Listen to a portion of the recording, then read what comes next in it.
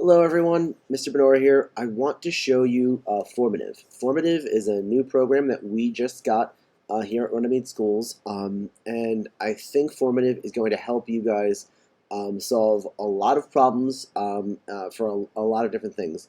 Basically, Formative is a way that you and your students can interact in some new ways, some exciting ways, and some ways that other programs we've been using, some free programs, we've been using them. This is just going to kind of tie things up nicely.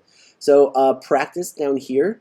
This is like your quizzes or your Quizlet kind of area. It's flashcards. It's really, pretty useful, and I think you're going to like it. Library is content that other teachers have made that you can kind of, borrow from, rework, use. But if you're just here on the home page, you can start working on a formative from a Google Doc. So you can actually import a Google Doc and build a question set around it. You can work with PDFs here. You can do AI. I'm going to show you that in a second. I'm very excited about that. And you can also enhance a video. So enhance a video is just the Edpuzzle thing. So Formative does Edpuzzle built right in. So it's one less thing that you guys need to, get another program for. Formative is going to house everything right inside of it. This AI Formative, this is what I think a lot of us are going to feel is extremely useful. So I'm going to go ahead and click on AI Formative, and I'm going to say I want a lesson, Mayan civilization. And I'm going to do a 6th grade.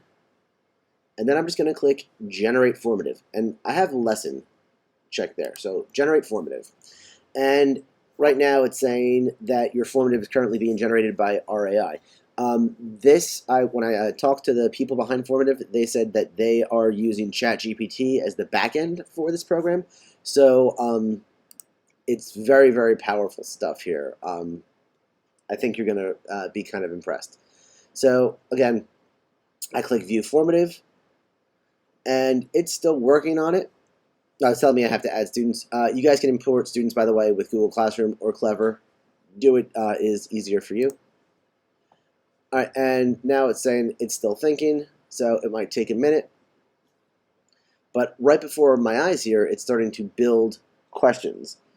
So it actually created learning objectives for me. Students will understand the geography, culture, and political and economic structures of ancient Mayan civilization and can distinguish its unique elements.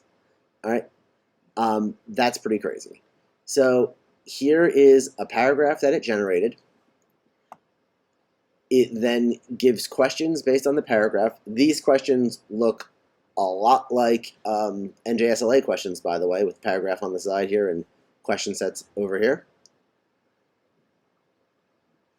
And then it gives you another paragraph, questions based on that.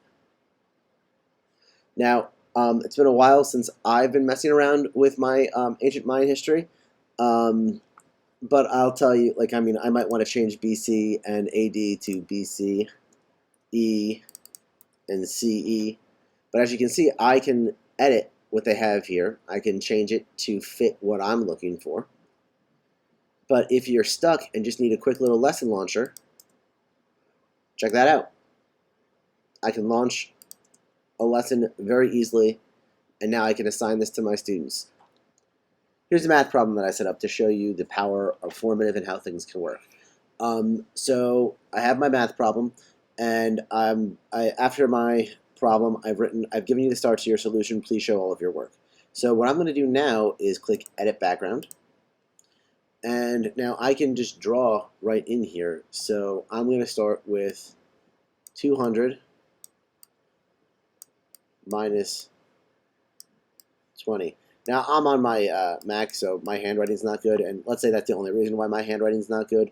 You guys can, when you're making your formatives, just draw right on your Chromebook screen. If anyone needs a stylus for their Chromebook, please ask. I have a few. All right, and then they have that as their lesson launcher, and then I can add my correct answer. So there's my correct answer. They're going to show their work. They're going to use 200 minus 20 as the start, and I'm going to click this as required. All right, and now I should probably rename this Apple Formative. All right, and if I click preview, this is what it's going to look like on a student's phone if they if they choose to do this on their phone. Now, the really cool thing about this is if they're doing it on their phone, they have a touchscreen right there. You can also preview what it looks like on a tablet or on their Chromebook, and it's just giving you slightly different sizes of screens. But if you see this button, Formative will read the text to them. Jim has 20 pounds of apples. All right, and then they can get this full math keyboard when they're writing their response. And then they're also going to be able to draw and add images, and just like I had, they have all of these tools that they can use to insert into Formative. So I think you're going to really like using this.